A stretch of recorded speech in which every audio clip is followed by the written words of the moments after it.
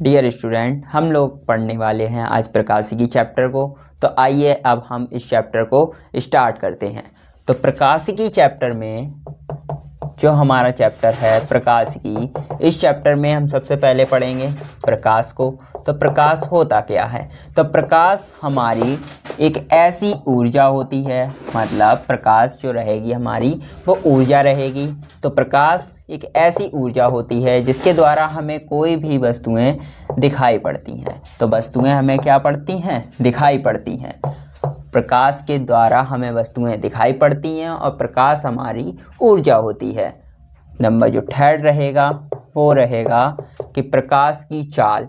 तो प्रकाश जो हमारा चलता है वो 3 × 10⁸ मीटर पर सेकेंड या फिर 3 × 10⁵ किलोमीटर पर सेकेंड की स्पीड से चलता है।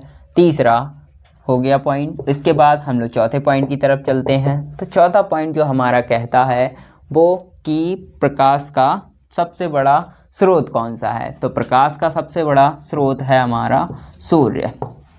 तो 4 पॉइंट हो गए प्रकाश के लिए। नंबर फर्स्ट, प्रकाश एक ऐसी ऊर्जा होती है। और सेकंड पॉइंट, जो हमें वस्तुओं को दिखाई देती है। और थर्ड पॉइंट, इसकी स्पीड के बारे में। पहली जो स्पीड है हमारी मीटर पर सेकेंड में है और जो सेकंड स्पीड है हमारी वो किलोमीटर पर सेकेंड में है। उसके बाद हमने बात की है कि प्रकाश का जो मुख्य स्रोत रहता है, जो मेन सोर्स है इसका मुख्य स्रोत, वो अगर बात की जाए तो सबसे बड़ा स्रोत है सूर्य। अब बात की जाए कि सूर्य से हमें जो प्रकाश मिलता है, सूर्य से जो भी हमें प्रकाश मिलता है, हम उसका यूज़ किसी न किसी यंत्र वगैरह या फिर किसी भी उपकरण को चलाने में करते हैं। अब जैसे कैसे करके करते हैं हम लोग? तो जैसे कि आजकल सोलर पैनल्स चल रही हैं, तो इस टाइप से हम लोग सनलाइट का यूज़ करके उन सोलर पैनल के थ्रू अपने घर में लाइट पहुंचाते हैं, या फिर उनसे हम किसी भी तरह के वाटर ट्यूबवेल को चलाते हैं, या फिर हम उनका यूज़ करके किसी कंपनी को लाइट सप्लाई करते हैं, या फिर हम उनका बड़े स्रोत पे यूज़ करके अलग अलग टाइप से लाइट को बनाते हैं, या फिर हम उसकी लाइट को बना के हम गवर्नमेंट को भी सप्लाई कर सकते हैं। तो मतलब हम अगर सनलाइट का सही उपयोग करें तो हम सोलर पैनल के थ्रू इन सब चीज़ों में उसका यूज़ आसानी से कर सकते हैं। तो अगर बात की जाए यहाँ पर, तो जो हमारी प्रकाशिकी ऊर्जा है, जो हमारी लाइट ऊर्जा है, वो हमारी यांत्रिकी ऊर्जा में कन्वर्टेड हो गई, यांत्रिकी ऊर्जा में परिवर्तित हो गई।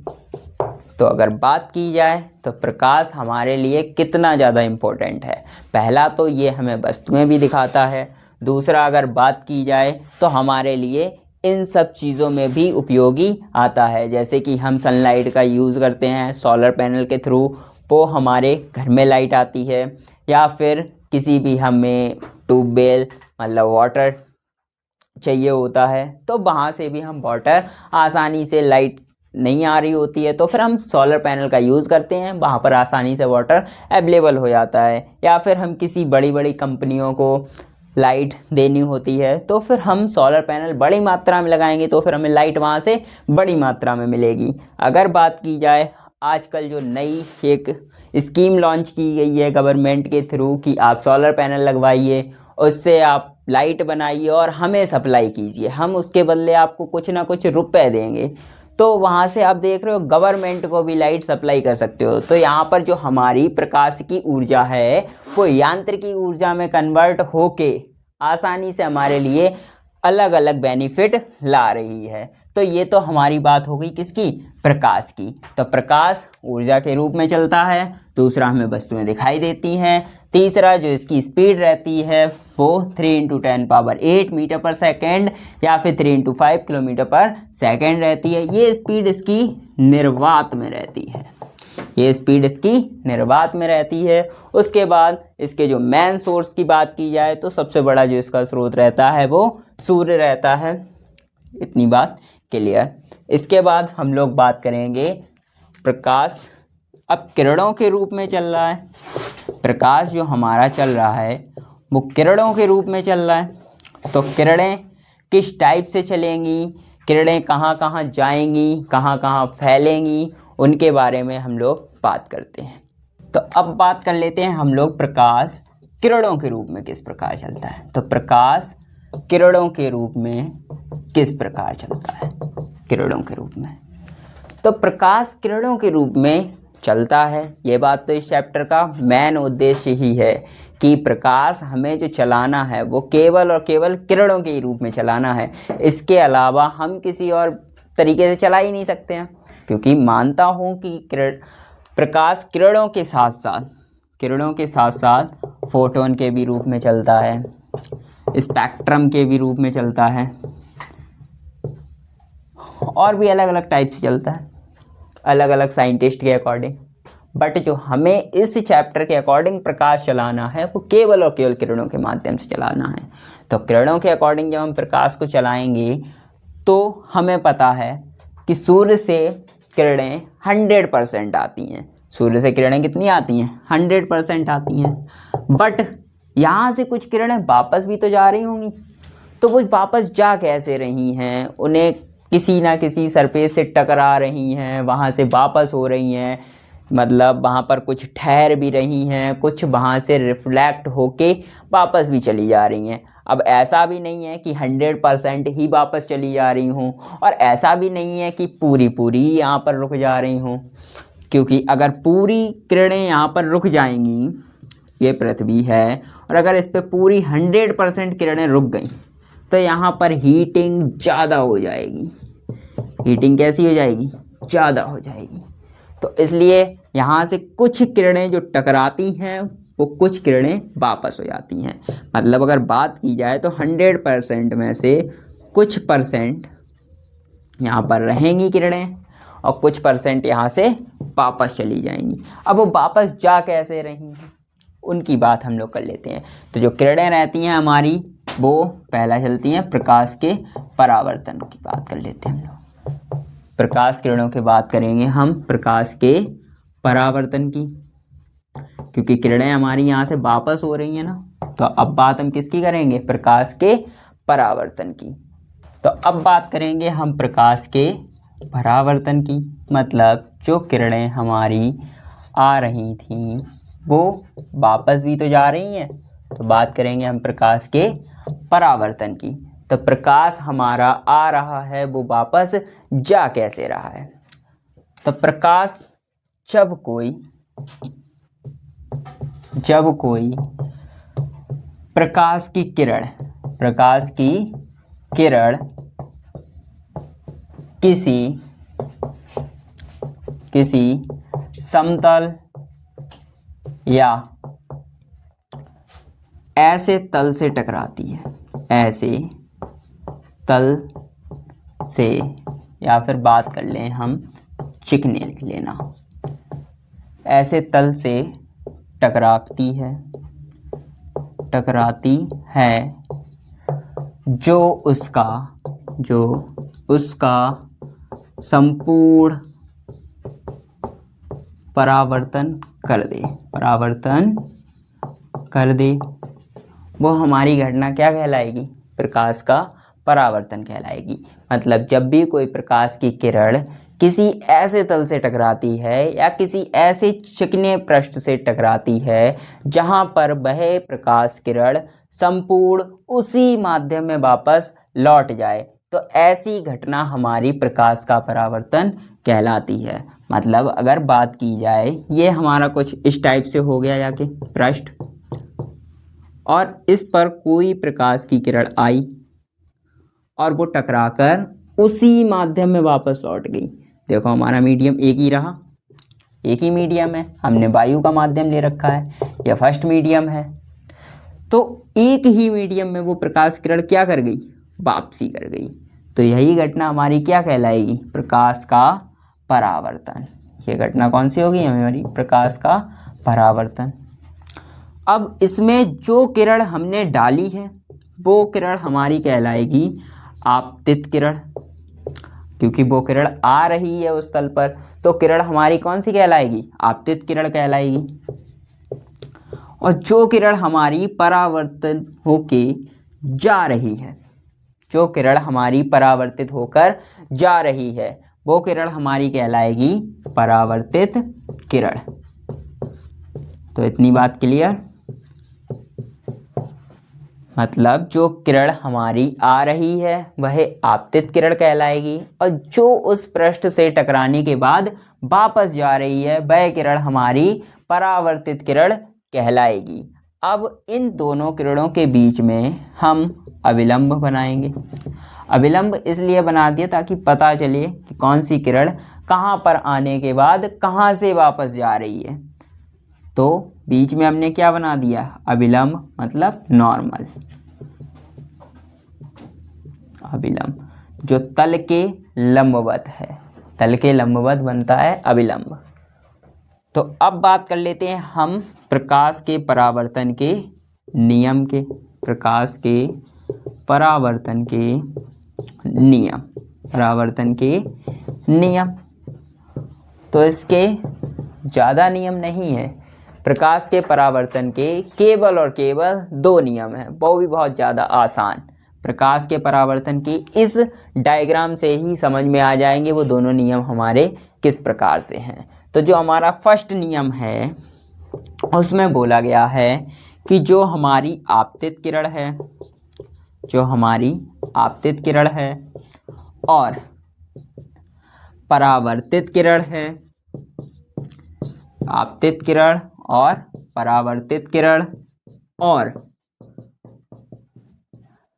अविलंब और अविलंब, तीनों का तल क्या रहना चाहिए? तीनों का तल जो हमारा होगा इस लॉ के अकॉर्डिंग वो होगा कि तल इनका सेम रहे। तल कैसा रहना चाहिए? सेम तल होना चाहिए तीनों का। तो देखो ये हमारी आपतित किरण हो गई, ये हमारी परावर्तित किरण हो गई और ये हमारा अविलंब हो गया। तो तीनों का तल कैसा है? सेम ही है। तो ये बात क्लियर? फर्स्ट लॉ हमें यहीं से मिल गया। अब बात आ रही है सेकेंड रूल की। तो सेकेंड रूल इनका है इनके बीच में बनने वाले एंगल, और जो भी एंगल हम लेंगे वो नॉर्मल से ही लेंगे। तो आपतित किरण और अविलंब के बीच में जो एंगल बनता है हमारा वो एंगल होता है आई, और आई को हम लोग बोलते हैं आपतन कोण। आई हमारा क्या है? आपतन कोण है, इंसिडेंट एंगल। और अविलंब और परावर्तित किरण के बीच में जो एंगल बनता है उसको हम लोग रिप्रेजेंट करते हैं आर से, और आर हमारा होता है परावर्तन कोण होता है। आर हमारा परावर्तन कोण होता है जो हमारा अविलंब और परावर्तित किरण के बीच में बनता है। तो जो हमारा सेकेंड रूल है वो इनके एंगल्स को लेके बताया गया है। तो सेकेंड रूल में हमसे बोला गया है कि जो आपतन कोण है, जो आपतन कोण है वो इक्वल रहेगा परावर्तन कोण के। मतलब ये जो दोनों एंगल होंगे वो आपस में कैसे होंगे? इक्वल होंगे। इसका मतलब ये जो किरण हम जितने एंगल से डालेंगे वो परावर्तित भी उतने ही एंगल से करेगी। अगर एंगल आई हमारा 30 डिग्री है तो एंगल आर भी हमारा 30 डिग्री ही होगा। अगर ऐसा नहीं हो रहा है तो वो परावर्तन के नियम को फॉलो ही नहीं कर रहा, और अगर नियम आप फॉलो नहीं करोगे तो आपको उठा के बाहर फेंक दिया जाएगा। तो इसके कहने का भी मतलब है अगर angle I not equal to angle R है तो ये परावर्तन हो ही नहीं सकता। तो ये परावर्तन नहीं होगा। परावर्तन तभी हो पाएगा जब angle I equal angle R हो, और इनका एंगल आप कुछ भी ले सकते हो। इतनी बात क्लियर? तो हमारा जो प्रकाश का परावर्तन है उसके कहने का सीधा सीधा मतलब है जब भी कोई प्रकाश की किरण किसी ऐसे समतल चिकने या फिर ऐसे तल से टकराती है जो उसको परावर्तित करा दे। तो ऐसे जब तल से टकराएगी तो वही घटना हमारी प्रकाश का परावर्तन कहलाएगी। प्रकाश के परावर्तन का हमारा डायग्राम बना हुआ है। इसमें जो किरण आती है वह किरण हमारी आपतित किरण कहलाती है, और तल से टकराने के बाद जब वापस वही किरण चली जाती है तो वो किरण हमारी परावर्तित किरण कहलाती है। और इन दोनों के बीच में या तल के 90 डिग्री हम अभिलंब को बनाते हैं, और आपतित किरण और अभिलंब के बीच में जो एंगल बनता है हमारा वो आपतन कोण कहलाता है, जिसे हम आई से रिप्रेजेंट करते हैं। और अभिलंब और परावर्तित किरण के बीच में जो एंगल बनता है उसे हम लोग परावर्तन कोण कहते हैं, जिसे हम आर से रिप्रेजेंट करते हैं। उसके बाद प्रकाश के परावर्तन के नियम, तो आपतित किरण, परावर्तित किरण और अभिलंब तीनों का तल सेम होना चाहिए। वो चीज़ हमें यहाँ से मैच कर गई। आपतित किरण, परावर्तित किरण और अभिलंब तीनों का तल सेम हो गया। उसके बाद आपतन कोण, परावर्तन कोण आपस में कैसे होने चाहिए, तो आपस में ये इक्वल होने चाहिए, वो यहाँ से। तो इसके बाद बात करेंगे हम दर्पण की, जो हमारा प्रकाश से ही रिलेटेड है। तो दर्पण होता क्या है, तो कोई भी ऐसा पृष्ठ जिसका एक तल परावर्तक हो तथा दूसरा तल परावर्तक नहीं हो,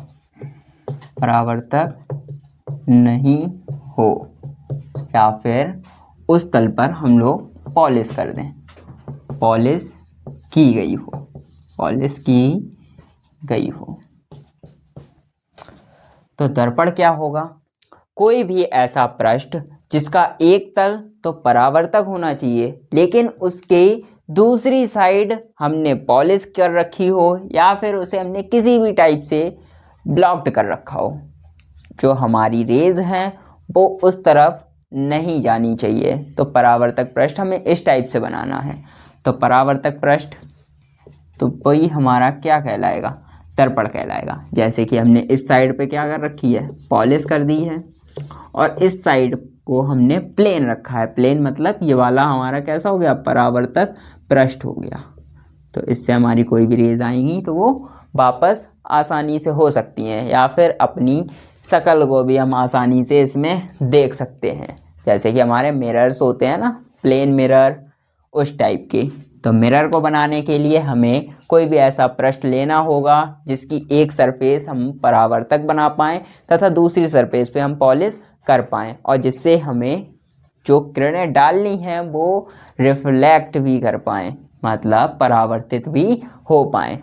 तो वो हमारा क्या बन जाएगा, दर्पण बन जाएगा। अब जो दर्पण हैं हमारे वो भी दो प्रकार के होते हैं। तो टाइप्स ऑफ मिरर या फिर दर्पण के प्रकार। तो दर्पण के जो हमारे प्रकार होते हैं वो भी कितने होते हैं, दो प्रकार के होते हैं। अगर बात की जाए तो फर्स्ट जो दर्पण रहता है हमारा समतल दर्पण रहता है, समतल दर्पण रहता है। और जो सेकंड हमारा होता है वो होता है गोलीय दर्पण। तो समतल दर्पण और गोलीय दर्पण हो गया। तो समतल दर्पण हमारा क्या होता, सबसे पहले हम बात करेंगे समतल दर्पण की। तो समतल दर्पण कोई भी ऐसा दर्पण जिसकी सरफेस एकदम प्लेन होनी चाहिए, मतलब समतल होना चाहिए, वो किधर भी मुड़ा ना हो या टेढ़ा मेढ़ा नहीं होना चाहिए। जैसे कि वो इस टाइप का ऐसे नहीं होना चाहिए। समतल दर्पण है तो एकदम प्लेन हो, या फिर इस टाइप से।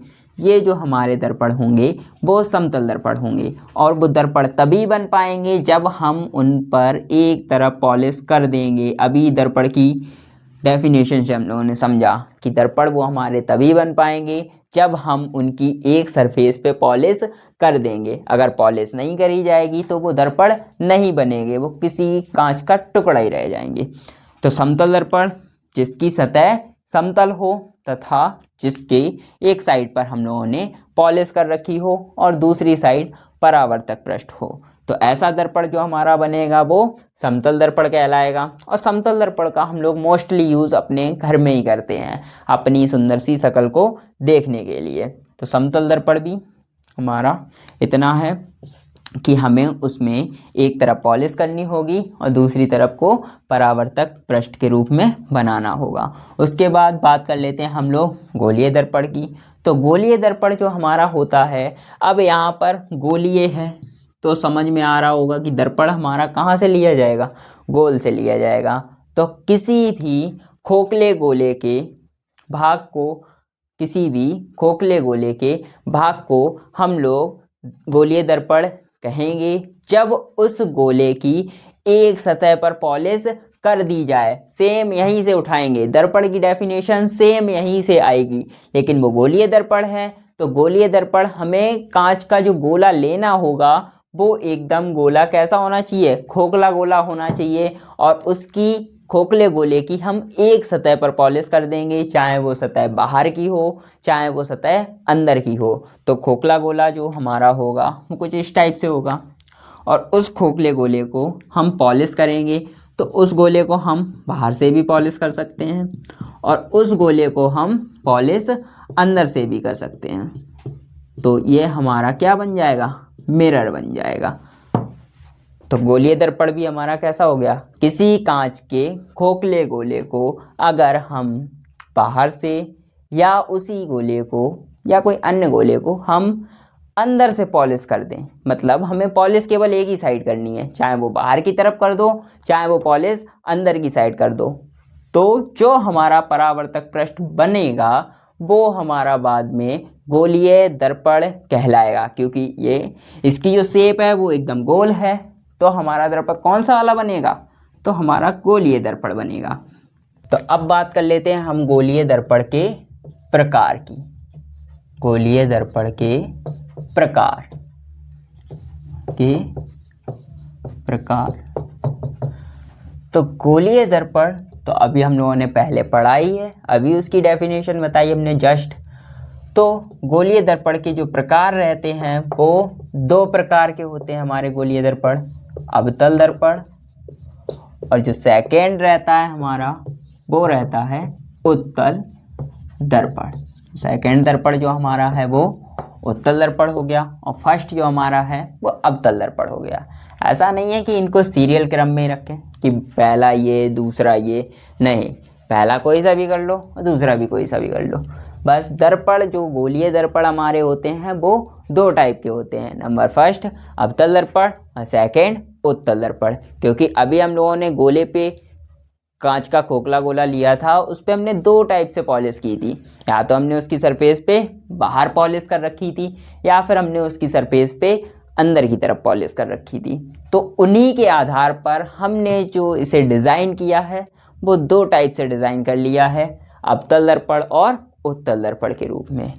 तो अवतल दर्पण जो हमारा होता है उसमें हम बाहर की तरफ पॉलिश करते हैं, और जो हमारा उत्तल दर्पण होता है उसमें पॉलिश हम अंदर की तरफ करते हैं। तो अगर बात की जाए इनकी डेफिनेशंस की, तो इनकी डेफिनेशंस कुछ इस प्रकार से होंगी कि किसी कांच के खोखले गोले का वह कटा हुआ भाग, मतलब किसी कांच के खोखले गोले का, क्योंकि गोलीय दर्पण का ही तो ये भाग है, तो किसी कांच के खोखले गोले के कटे हुए भाग का वह पार्ट जिसकी हम बाहरी सतह पर तो पॉलिश करते हैं लेकिन उसकी अंदर की सतह को हम परावर्तक पृष्ठ के रूप में उपयोग करते हैं, तो ऐसा दर्पण जो हमारा कहलाता है वो अवतल दर्पण कहलाता है।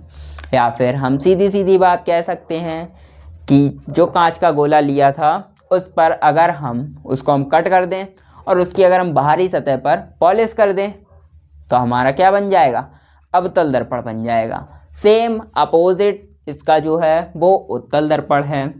तो किसी कांच के खोखले गोले का वह कटा हुआ भाग जिसकी हम भीतर की तरफ तो पॉलिश कर दें, लेकिन बाहर की सतह को हम परावर्तक पृष्ठ के रूप में उपयोग करें तो वह हमारा कहलाएगा उत्तल दर्पण। इसको भी हम सिंप्लीफाई कर सकते हैं। तो जो कांच का खोखला गोला हमने लिया था उसकी हम भीतर की सतह पर पॉलिश करेंगे, लेकिन बाहर की सतह पर पॉलिश नहीं करेंगे। तो जो हमें दर्पण प्राप्त होगा वो उत्तल दर्पण प्राप्त होगा। अब कट हमने इसलिए कर लिया क्योंकि हम किसी भी गोले को अगर हमने बाहर से चारों तरफ से पॉलिश कर दी, गोले को हमने चारों तरफ से पॉलिश कर दी, अब क्या इस गोले के अंदर बैठ के हम देखेंगे अपने आप को, गोले के अंदर घुस कैसे जाएंगे? पहली बात तो ये। तो अगर हम उस गोले को कट नहीं करेंगे तो हम देख कैसे पाएंगे परावर्तन हो भी रहा है या फिर नहीं हो रहा? और सेम इसी का उल्टा, अगर हम इसके अंदर पॉलिश कर देंगे तब भी हम कैसे करके पता कर पाएंगे? और पहली बात तो हम इसके अंदर पॉलिश ही कैसे कर लेंगे? बाहर से तो कर भी सकते हैं, लेकिन इसके अंदर कैसे करके करेंगे? तो अंदर करने के लिए हमें गोला क्या करना पड़ा? कट करना पड़ा। तो जब कट करा तो हमने दोनों टाइप से इसका यूज़ करके देख लिया और दोनों टाइप से हमने पॉलिश करके अलग अलग दो दर्पण बना लिए। पहला दर्पण अवतल दर्पण बनाया, दूसरा दर्पण हमने उत्तल दर्पण बनाया। एक पे हमने बाहर की तरफ पॉलिश की, दूसरे पे हमने अंदर की तरफ पॉलिश की। एक को हमने वो परावर्तक पृष्ठ इसका अंदर रखा, दूसरे का परावर्तक पृष्ठ बाहर रखा। ये परावर्तक पृष्ठ है और इसका परावर्तक पृष्ठ ये हो गया, परावर्तक पृष्ठ हो गया। तो अभी हमने गोलीय दर्पण के प्रकार पढ़े। तो गोलीय दर्पण में जो पहला हमारा प्रकार था वो अवतल दर्पण था। और अभी हमने समझा कि अवतल दर्पण हमारा होता किस तरीके का है और अवतल दर्पण का जो परावर्तक पृष्ठ रहता है वो किधर रहता है, अवतल दर्पण में पॉलिश किस साइड की जाती है। तो अब हम बात कर लेते हैं इनकी इमेज फॉर्मेशन की, मतलब इन पर हम क्या बनाएंगे? प्रतिबिंब का बनना, प्रतिबिंब का बनना। तो अवतल दर्पण पर जो बनेगा हमारा प्रतिबिंब बनेगा। अब प्रतिबिंब भी हमारे अलग अलग टाइप से हम बनाएंगे। जैसे कि इसी में अगर बात की जाए, हमारी जो फर्स्ट कंडीशन है उसमें हम वस्तु को अनंत पर रखेंगे। उसमें हम वस्तु को कहाँ पर रखेंगे? अनंत पर रखेंगे। अब प्रतिबिंब का बनना देखो कैसे करके है। प्रतिबिंब का बनना इस प्रकार से है। अब जैसे कि कोई वस्तु बहुत दूर होती है और हमें वो देखनी होती है तो हम अपनी आंखें थोड़ी सी बड़ी करते हैं। अगर कोई वस्तु हमारे बहुत पास रखी हुई है और हमें तब भी उसे देखनी हुई है तो हमारी आंखें उस टाइप से सेट हो जाती हैं, या फिर हम थोड़ी सी कम ज़्यादा उनको करते हैं जिससे हमें वो वस्तु क्लियर दिखाई पड़े। तो इसी टाइप से हम इन दर्पण का उपयोग करके हम उन रेज को लेके आएंगे, वस्तु को आगे पीछे करेंगे, क्योंकि हम ना दर्पण एक जगह फिक्स रखेंगे लेकिन हम उस वस्तु को तो आगे पीछे कर सकते हैं। जैसे कि अभी हमने बताया कि कोई वस्तु बहुत ज़्यादा दूर रखी हो और कोई वस्तु बहुत ज़्यादा पास रखी हो, तो हमारी आंखें हैं, अब उस वस्तु को तो उखाड़ नहीं लाएंगे। अब जैसे तुम्हें मानो दूर पेड़ को ही देखना हो तो ऐसा तो नहीं है कि पेड़ उखाड़ के हम ले आएंगे, लो भाई पास आ गया पेड़ देख लो। ऐसा हो सकता क्या? नहीं हो सकता, पॉसिबल नहीं है। तो हमें अपनी आँखों को ही सेट करना पड़ता है। हम अपनी आँखों को उस टाइप से सेट कर लेते हैं कि हमें जिससे वो पेड़ आसानी से दिख जाए, या फिर कोई बहुत ज़्यादा पास है तो उसे भी आसानी से हम देख पाएँ। हमारी आंखें उस टाइप से सेट होती हैं, वो चीज़ अपनी जगह उसी टाइप से रहती है और उसकी हमें इमेज अच्छे से दिख पाती है। अब यहाँ पर हम लोग वस्तु को आगे पीछे लेके जाएंगे तो जो कंडीशंस रहेगी, ये जो हम कंडीशंस लिख रहे हैं ऊपर, वो कंडीशंस वस्तु की है।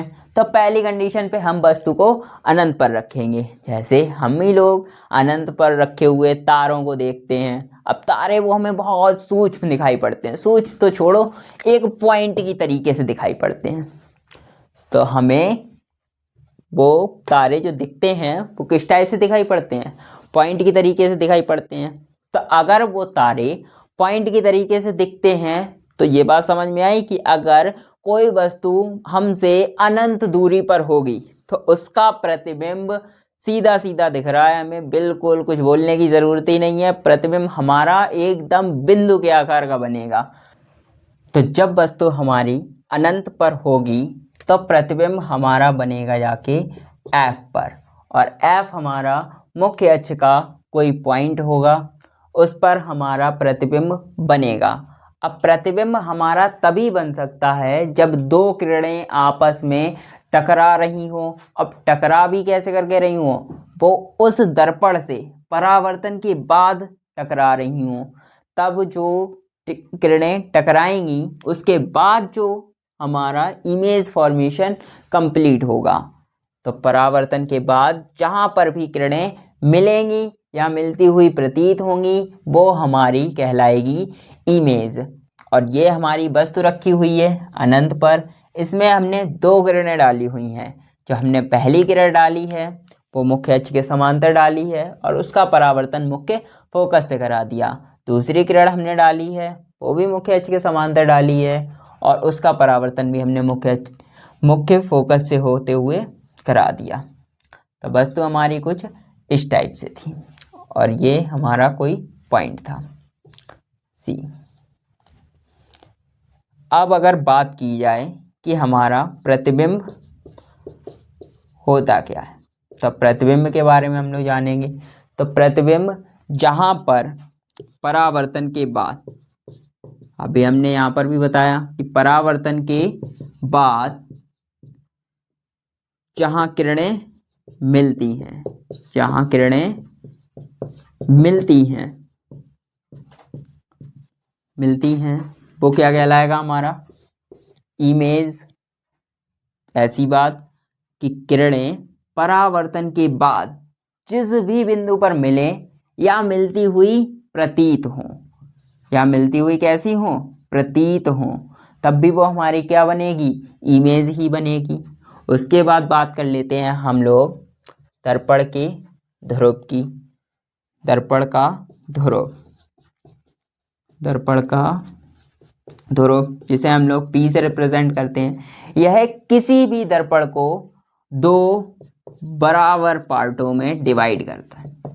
यानी कि बात की जाए तो दर्पण का मिड पॉइंट क्या कहलाता है, दर्पण का मिड पॉइंट या दर्पण को दो बराबर भागों में डिवाइड करता है, दर्पण का ध्रुव कहलाता है। उसके बाद बात की जाए मुख्य अक्ष की, तो मुख्य अक्ष इसको हम लोग प्रिंसिपल एक्सिस भी बोलते हैं। तो मुख्य अक्ष ये वक्रता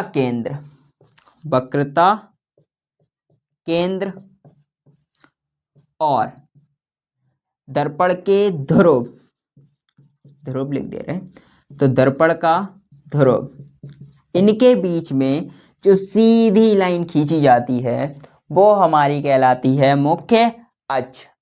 अब इसी मुख्य अक्ष पर हमारा क्या रहता है, F रहता है। F मतलब मुख्य फोकस।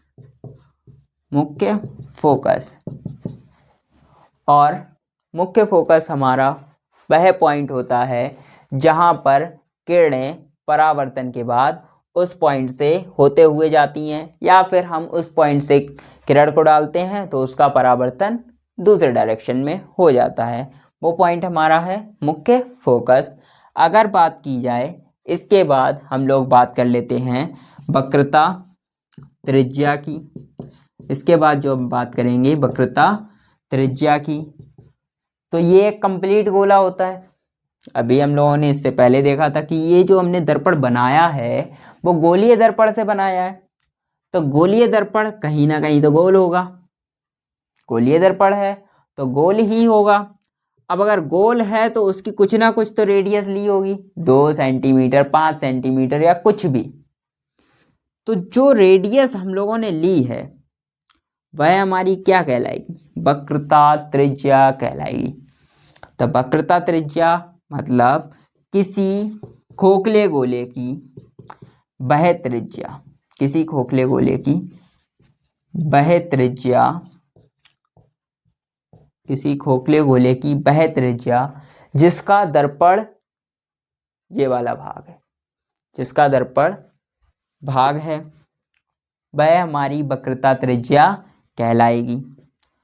और अगर बात की जाए वक्रता केंद्र की, वक्रता केंद्र की, तो वक्रता केंद्र हमारा होता है, अब जैसे हमने अभी त्रिज्या देखी उसी टाइप से हमारा इस गोले का कहीं ना कहीं तो सेंटर होगा, तो जो सेंटर पॉइंट होगा वही हमारा क्या कहलाएगा, वक्रता केंद्र कहलाएगा। और इसे हम सी से रिप्रेजेंट करेंगे, त्रिज्या को आर से रिप्रेजेंट करेंगे, मुख्य फोकस को एफ से रिप्रेजेंट करेंगे, प्रिंसिपल एक्सिस हमारी मुख्य अक्ष हो गई, दर्पण का ध्रुव पी से, प्रतिबिंब मतलब इमेज, इमेज को हम लोग कभी कभी आई से भी रिप्रेजेंट कर देते हैं। तो इतनी बात इमेज बनाने के लिए क्लियर। अब बात कर लेते हैं हम लोग अपने इमेज की, जिसमें अभी हम लोगों ने वस्तु रखी थी अनंत पर। तो जब हम वस्तु अनंत पर रखेंगे, जब वस्तु हमने कहाँ पर रखी है, अनंत पर रखी हुई है, तो हमारी इमेज, अभी मैंने तारे वाले एग्जाम्पल से बताया था कि हमें जो इमेज दिखेगी वो किस टाइप की दिखेगी, तो इमेज हमें बिंदु के आकार की दिखेगी, बिंदु के आकार की। और उसके बाद इमेज अब इतनी ज़्यादा छोटी बन रही है तो हम बोलेंगे कि इमेज हमारी वास्तविक होगी। उसके बाद जो इमेज हमारी रहेगी वो उल्टी इमेज बनेगी, मतलब जिस डायरेक्शन में हमारा वस्तु होगी उस डायरेक्शन में हमारी इमेज नहीं होगी, उसके अपोजिट बनेगी। मतलब अगर वस्तु ऐसी रखी हुई है तो इमेज इस टाइप से बनेगी। अब जो सेकंड कंडीशन है हमारी, तो अब हमने बताया था अभी कि हम अपनी आंखों को तो कम ज़्यादा कर ले रहे थे वहाँ पर, क्योंकि हम वहाँ पर वस्तु को नहीं आगे पीछे कर सकते थे। अब यहाँ पर हमने अपने दर्पण को तो सेट कर रखा है, हम अपनी वस्तु को आगे पीछे लेके जाएंगे। तो अब हम वस्तु को ले आएंगे अनंत और सी के बीच में। वस्तु अब हमारी कहाँ पर आ जाएगी, अनंत और सी के बीच में वस्तु आ जाएगी हमारी। जब इन दोनों के बीच में आ जाएगी तो वस्तु हमारा कुछ ना कुछ प्रतिबिंब बनाएगी। तो ये हमने ले लिया सबसे पहले उत्तल दर्पण, और उस पे हमने एक पॉइंट मान लिया C, दूसरा पॉइंट मान लिया हमने कोई P, और इन दोनों के बीच में हमने खींच दी एक मुख्य अक्ष, और हमने ये अपनी एक वस्तु रख ली क्योंकि हमारी सेंटर से ज़्यादा है। अब मुख्य अक्ष के जिस बिंदु पर हमारी किरण कट कर जाएगी वह पॉइंट हमारा हो जाएगा F। तो हमें जब ये इमेज बनानी है तो पहली किरण हम डालेंगे मुख्य अक्ष के समांतर, जिसका परावर्तन हम करा देंगे कुछ इस प्रकार से। किरण हम कहाँ से डालेंगे, मुख्य फोकस से डालेंगे, जिसका परावर्तन हम कराएंगे कुछ इस प्रकार से। तो ये जो हमारी इमेज बन रही है, ये परावर्तन के बाद जिस पॉइंट पर हमारी किरणें कट कर जाएंगी वह पॉइंट हमारा इमेज बनाएगा। ये वाला पॉइंट हमारा F हो गया, ये वाला पॉइंट हमारा इमेज बना रहा है। ये हमारी क्या बन रही, इमेज बन रही है। और अगर इसको हम डेड डैश कंप्लीट कर लें तो ये हमारी कुछ वस्तु रखी हुई थी। तो अगर बात की जाए जब वस्तु हमारी अनंत और सी के बीच में होगी तो हमारा प्रतिबिंब जो हमारा बनेगा, प्रतिबिंब की अगर स्थिति की बात की जाए तो हमारा C और F के बीच में बनेगा। C हमारा वक्रता केंद्र हो गया और F हमारा मुख्य फोकस हो गया। तो जो हमारा प्रतिबिंब बन रहा है वो C और F के बीच में बन रहा है। और वस्तु देखो हमारी कितनी बड़ी है और प्रतिबिंब उसकी अपेक्षा बहुत छोटा बन रहा है। तो अगर बात की जाए प्रतिबिंब का आकार क्या रहेगा, तो छोटा प्रतिबिंब बनेगा। प्रतिबिंब कैसा बनेगा, छोटा प्रतिबिंब बनेगा। और ये वास्तविक बनेगा क्योंकि ये हमें दिख रहा है, तो वास्तविक प्रतिबिंब होगा। और इसके बाद हमारा प्रतिबिंब तैयार हो गया। तो वास्तविक, छोटा और C और F के बीच में। तो यह हमारे प्रतिबिंब की कुछ कंडीशंस हो गई। और इसके बाद एक कंडीशन और बची हुई है, यह प्रतिबिंब हमारा वस्तु से उल्टा बन रहा है। प्रतिबिंब कैसा बन रहा है? उल्टा प्रतिबिंब बन रहा है। तो तीसरी कंडीशन की हम बात कर लेते हैं, जब वस्तु हमारी C पर हो। C मतलब वक्रता केंद्र पर हो। तो जब वस्तु हमारी वक्रता केंद्र पर होगी तब प्रतिबिंब किस टाइप से बनेगा, और प्रतिबिंब में क्या क्या हमें करना होगा तो देखते हैं। तो प्रतिबिंब, हम सबसे पहले तो प्रतिबिंब के लिए दर्पण बनाएंगे। तो प्रतिबिंब के लिए हम सबसे पहले कौन सा दर्पण, क्योंकि अवतल पर ही पढ़ रहे हैं तो फिर हम सबसे पहले अवतल दर्पण बनाएंगे।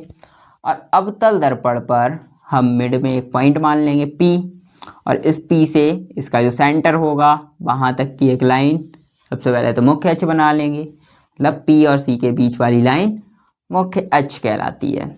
और अब हमें वस्तु का प्रतिबिंब बनाना है।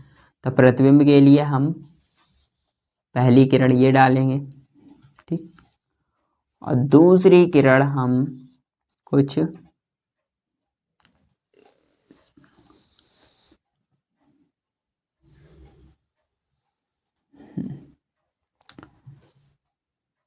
तो हम पहली किरण मुख्य अक्ष के समांतर डालेंगे, जिसका परावर्तन हमारा मुख्य फोकस से हो जाएगा। दूसरी किरण हम मुख्य फोकस से डालेंगे, जिसका परावर्तन मुख्य अक्ष के समांतर हो जाएगा। तो ऐसी जो हमें इमेज प्राप्त होगी, इन किरणों के परावर्तन के बाद जो हमें इमेज प्राप्त होगी वो हमारी इमेज कहलाएगी। तो इमेज हमें देखो कहाँ पर प्राप्त हो रही है, तो इमेज हमें यहाँ पर प्राप्त हो रही है। ये परावर्तन के बाद इस पॉइंट पर कट कर रहे हैं। ये वाली किरण इस टाइप से आई, मतलब ऐप से आई, और परावर्तन हुआ इसका दर्पण से टकराने के बाद, और ये कैसी चली गई, मुख्य अक्ष के समांतर चली गई। और जो हमने एक किरण समांतर डाली हुई थी वो मुख्य फोकस से चली गई। तब परावर्तन कुछ इनका इस टाइप से हुआ और ये इस पॉइंट पर मिले। तो अगर बात की जाए जो हमारी इमेज बन रही है वो ये इमेज बन रही है। इमेज जो हमारी बन रही है वो C पॉइंट पर ही बन रही है। इमेज हमारी कहाँ पर बन रही है, C पर ही बन रही है। और इमेज हमारी सेम वस्तु के आकार की बन रही है। इतनी बड़ी वस्तु है तो इतनी बड़ी इमेज बन रही है। तो हम प्रतिबिंब की बात कर लें, प्रतिबिंब की स्थिति की, तो प्रतिबिंब की जो स्थिति बनी आके वो इसकी सबसे पहले तो आकार की बात कर लेते हैं। तो इसका आकार कैसा है, सेम है। जितनी बड़ी वस्तु उतनी बड़ी इमेज बन रही है। उसके बाद इमेज बन कैसी रही है, तो इमेज हमारी जो बनेगी वो उल्टी इमेज बनेगी। इसके बाद वो इमेज वास्तविक होगी और इमेज हमारी C पर ही बनेगी। इमेज C पर ही बनेगी। तो वस्तु जहां पर रखी हुई है इमेज भी हमारी वहीं पर बन रही है। ऐसा केवल और केवल जब वस्तु हम केंद्र पर रखेंगे तब होगा। तो वस्तु जब हमारी केंद्र पर रखी होगी तो इमेज भी हमारी केंद्र पर ही बनेगी। इसके बाद बात कर लेते हैं हम इमेज की चौथी कंडीशन पे। तो हम वस्तु को आगे की तरफ लेके जाएंगे, आगे मतलब दर्पण की तरफ लेके जाएंगे।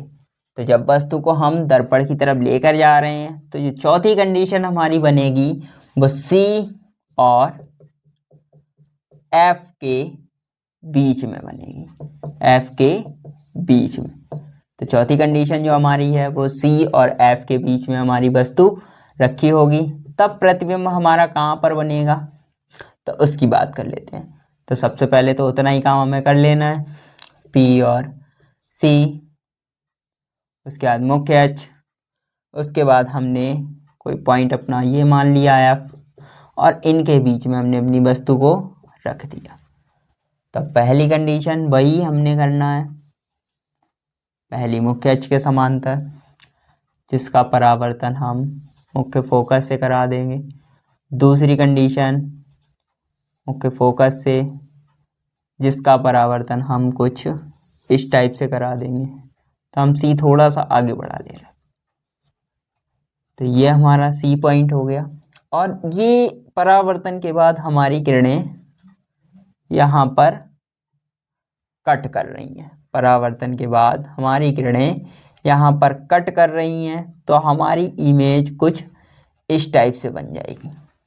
तो इमेज जब हमारी ये बन रही है और वस्तु हमने इतनी छोटी रखी हुई थी, इमेज हमारी उसके रिस्पेक्ट में बड़ी बन रही है, तो जो प्रतिबिंब की स्थिति हो जाएगी, प्रतिबिंब की स्थिति,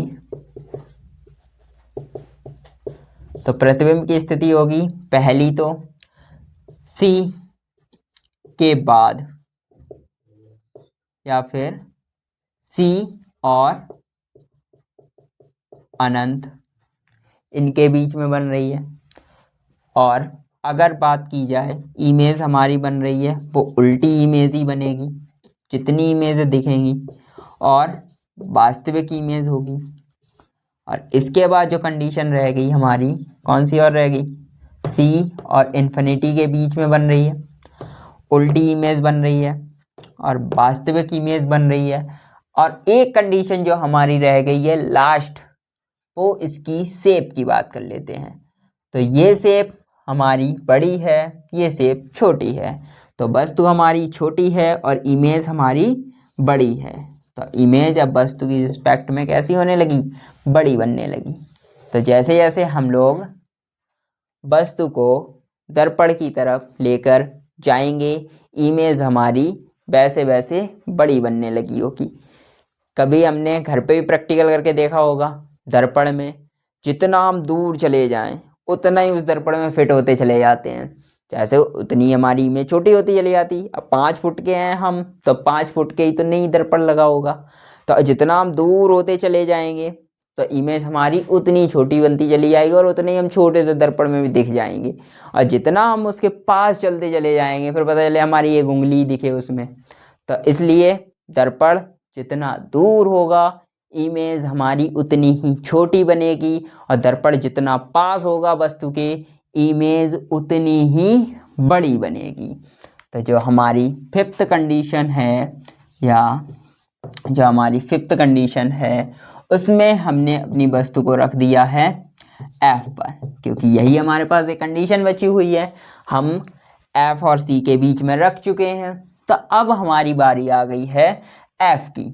तो जब बारी आ गई F की, तो अब हम फिर वही उतना ही काम करेंगे। सबसे पहले दर्पण बनाएंगे, दर्पण बनाने के बाद हम उसका सेंटर ले लेंगे और एक पॉइंट हम उसके केंद्र को मानेंगे C। अब वस्तु हमने रखनी है F पर, तो हमने F इतना पास ले लिया। तो जब वस्तु हम रखेंगे F पर, तो पहली किरण तो हम डालेंगे मुख्य अक्ष के समांतर, जिसका परावर्तन होगा हमारा मुख्य फोकस से।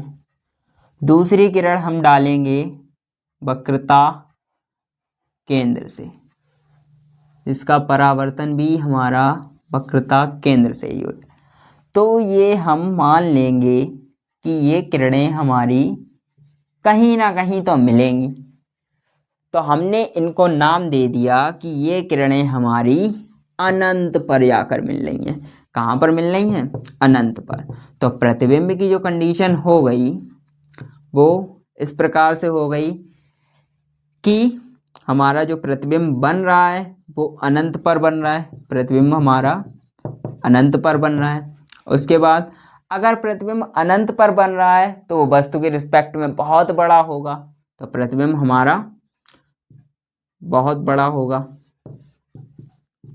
और प्रतिबिंब हमारा वास्तविक बनेगा। इतनी कंडीशन ओके। तो अनंत पर बनेगा, वस्तु से बहुत बड़ा होगा और वास्तविक होगा। जब भी प्रतिबिंब वास्तविक बनता है तो वो उल्टा ऑटोमेटिक हो जाता है। तो वास्तविक बिलोंग टू उल्टा या फिर अपोजिट। तो वास्तविक बिलोंग किससे करता है? उल्टे से बिलोंग करता है। तो वास्तविक प्रतिबिंब बनेगा तो उल्टा अपने आप बन जाएगा। और ये किरणें हमारी मिल नहीं रही हैं तो हम इनको मान लेते हैं कि अनंत पर मिल जाते हैं। जैसे ही कभी देखा होगा, छत पे खड़े हो जाओ और बादलों को देखो और लगता है कि ये आसमान में मिल रहे हैं, लेकिन खुले एरिया में देखना तो ज़्यादा दिखेगा। अब वैसे कहीं पेड़ वगैरह खड़े हो तो थोड़े नहीं दिखेगा। तो हमें कभी कभी लगता है कि ये आसमान कहीं ज़मीन पर मिल रहा है यहीं 1-2 किलोमीटर पे। जैसे जैसे आगे बढ़ते चले जाते हैं वैसे वैसे उसकी डिस्टेंस बढ़ती चली जाती है। तो ये कंडीशन यहाँ पर भी वेरी कर रही है। कैसे करके कि हमने किरणें डाली, हमने मान लिया केवल ये अनंत पर मिलेंगे। ऐसा हो नहीं सकता, पता नहीं, मिल भी सकते और ना भी मिले, कोई ज़रूरी नहीं। तो इसलिए हमने मान लिया कि अनंत पर मिल सकते हैं। जैसे हम मान भी लेते हैं कि आकाश से कभी ना कभी तब मिलेंगे ज़मीन, बट ऐसा होगा नहीं रियल में। तो अब बात कर लेते हैं हम लोग अपने लास्ट कंडीशन की। तो लास्ट जो कंडीशन है उसमें हमने अपनी जो वस्तु रखी हुई है F व P के बीच में रखी हुई है। वस्तु जो हमारी है वो F व P के बीच में है। जैसा अभी मैंने पहले बताया था कि वस्तु को हम अपने पास लेते चले जाएंगे, तो हम अब वस्तु को दर्पण के बिल्कुल पास ले जाके रख दिया कि लो भाई देख लो तुम इसकी शक्ल कोई क्या है, क्या ये रियल में। तो हम सबसे पहले ये मुख्य अक्ष खींच दी, ये हमने कोई पॉइंट P मान लिया, ये कोई हमारा पॉइंट हो गया C, ये हमने पॉइंट ले लिया F और इसके बीच में हमने वस्तु को रख दिया। पहली जो किरण हम डालेंगे वो मुख्य अक्ष के समांतर डालेंगे, जिसका परावर्तन हमारा कुछ मुख्य फोकस से जाएगा। दूसरी किरण हम वक्रता केंद्र से डालेंगे, वक्रता के हम अपना पास कर ले रहे हैं, तो दूसरी किरण हम वक्रता केंद्र से डालेंगे, तो जिसका परावर्तन भी सेम हो जाता है। मतलब वो जिस डायरेक्शन में जाती है उसी डायरेक्शन में वापस आ जाती है। तो हमें ये आगे की तरफ तो दिख नहीं रहा कि कहीं ना कहीं ये मिलेंगे, लेकिन हम भी कम नहीं है, हम मान लेते हैं यहाँ से देखेंगे तो हमें लगेगा कि ये पीछे की डायरेक्शन में कहीं मिल रहे हैं। तो हम इन्हें ज़बरदस्ती कहाँ मिला देंगे, दर्पण के पीछे मिला देंगे। तो ये कुछ इस टाइप से मिलेंगे जाके, जो हमारी इमेज बनेगी। तो इमेज जो हमारी बनेगी, प्रतिबिंब जो बनेगा वो वस्तु की रिस्पेक्ट में बहुत बड़ा होगा, बहुत बड़ा होगा, और प्रतिबिंब हमारा आभासी बनेगा, क्योंकि ये रियल में तो कहीं बनता ही नहीं दिख रहा था। रियल में अगर बनता तो लास्ट कंडीशन हमने इन्फिनिटी पे बना के देख लिया, उसके बाद कोई कंडीशन ही नहीं बची, क्योंकि जब हम अनंत तक पहुंच ही गए तो उससे आगे कहाँ जाओगे। अनंत मतलब ब्रह्मांड से भी आगे निकल गए। तो जब हमने अनंत पे भी बना लिया तो अब कंडीशन ही नहीं बची, एक कंडीशन बची है, उसके दर्पण के पीछे बना दो बस, क्योंकि दर्पण के पीछे तो कुछ होता ही नहीं है, दिखेगा कहाँ से। तो दर्पण के पीछे हमने इमेज बनाई। अब इमेज ये हमारी है कैसी, रियल में तो बन नहीं रही, तो ये इमेज हमारी आभासी हो गई, मतलब वर्चुअल इमेज बन गई। अब इमेज, जब भी हम किसी भी चीज़ को आभास करते हैं या उस चीज़ को हम आभासी बताते हैं, तो हम क्यों उल्टी माने। हम तो आभासी है तो हम इमेज कैसी बनाएंगे, सीधी बनाएंगे। तो इमेज हमारी कैसी बनी, सीधी इमेज बनी, आभासी बनी, और वस्तु से बड़ी इमेज बनी। और इसकी इमेज बनने की दिशा कौन सी रही, तो दिशा की बात कर लें तो ये दर्पण के पीछे बनी, जाके इमेज हमारी कहाँ बनेगी, दर्पण के पीछे बनेगी। तो इमेज बहुत बड़ी होगी, आभासी होगी, आभासी होगी तो सीधी भी होगी, और सीधी तो दर्पण के पीछे।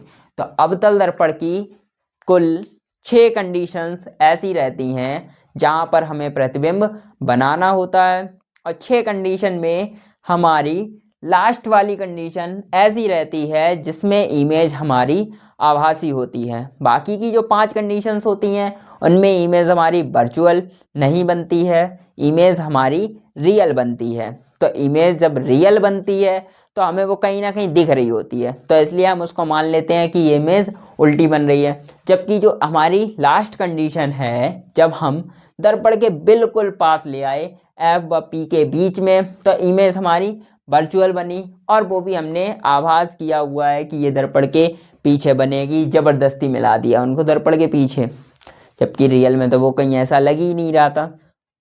तो अवतल दर्पण पर केवल और केवल एक ऐसी कंडीशंस रहती है जहां पर इमेज हमारी आभासी होती है। तो अब बात कर लेते हैं हम लोग उत्तल दर्पण पर प्रतिबिंब का बनना। तो उत्तल दर्पण पर प्रतिबिंब बनाएंगे हम।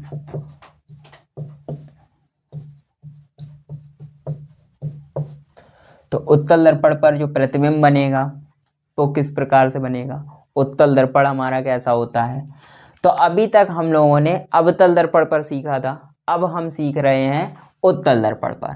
तो उत्तल दर्पण हमारा ऐसा दर्पण जिसकी हमने भीतर की सतह पर पॉलिश कर रखी हो।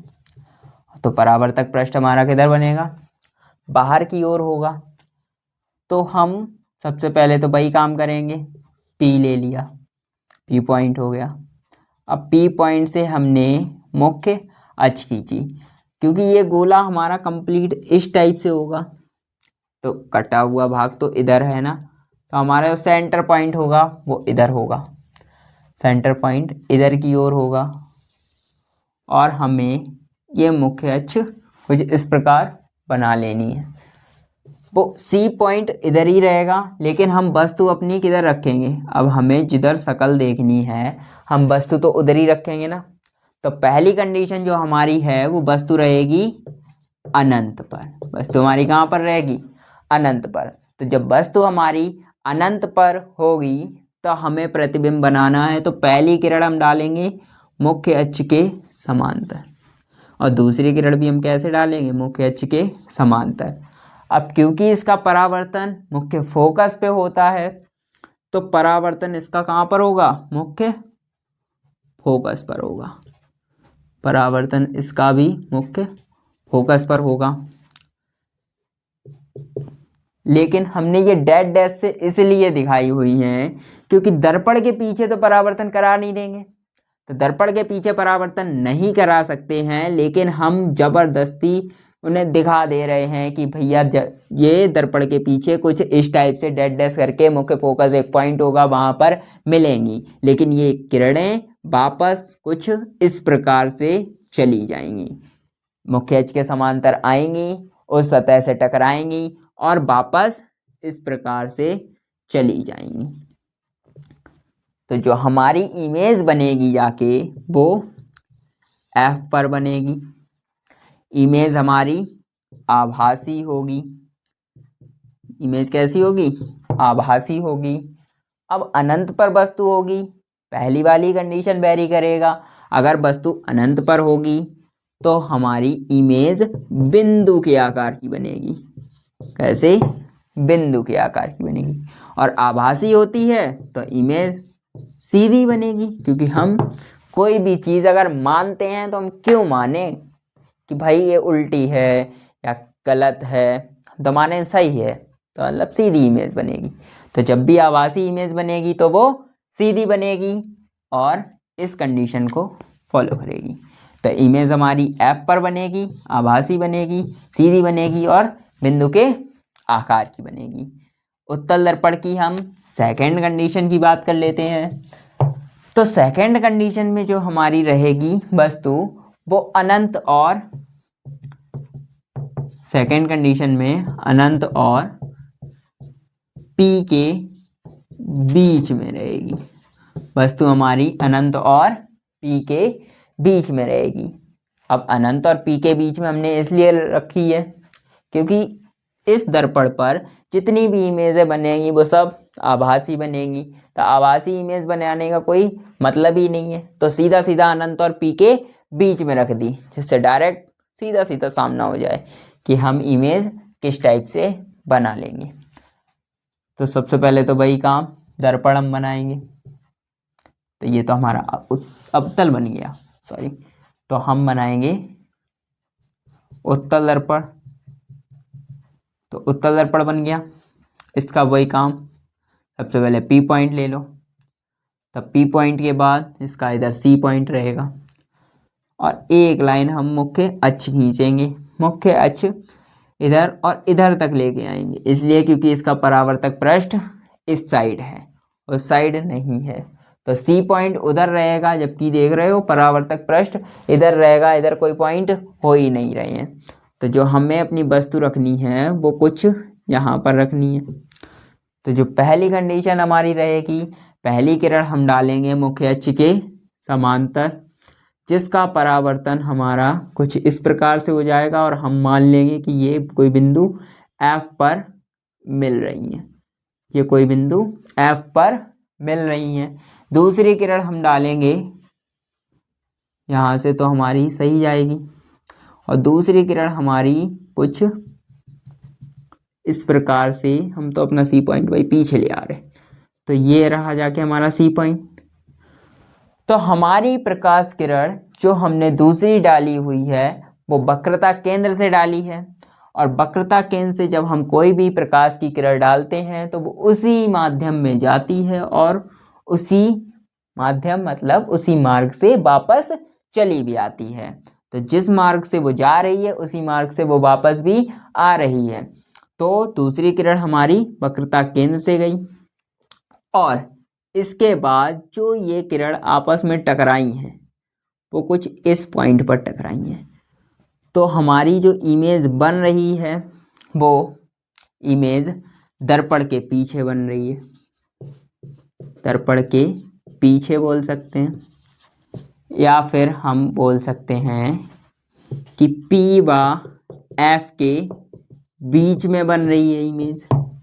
इमेज हमारी P व F के बीच में बन रही है, और इमेज हमारी आभासी है, क्योंकि रियल में तो वो किरणें यहीं पर टकराने के बाद यहीं से वापस जा रही हैं, लेकिन हम उन्हें पीछे मिला दे रहे भाई कि तुम मिल लो, यहाँ तो मिल नहीं पा रहे, तो चलो दर्पण के पीछे ही मिला दे रहे, ऐसी बात। तो आभासी इमेज बनेगी, रियल में तो मिल नहीं रही, तो आभासी करके हमने इन्हें मिला दिया। इमेज हमारी आभासी है तो सीधी बनेगी, तो इमेज हमारी P व F के बीच बनेगी, आभासी बनेगी और सीधी बनेगी, और वस्तु से छोटी इमेज बनेगी। वस्तु से कैसी रहेगी? छोटी इमेज रहेगी। तो हमारा जो प्रकाश चैप्टर रहा जाके उसका एक टॉपिक प्रकाश का परावर्तन तथा प्रकाश वो यहाँ पर कंप्लीट हुआ। अब जो हमारा अगला टॉपिक है प्रकाश का अपवर्तन, उसको हम लोग समझेंगे नेक्स्ट वीडियो में।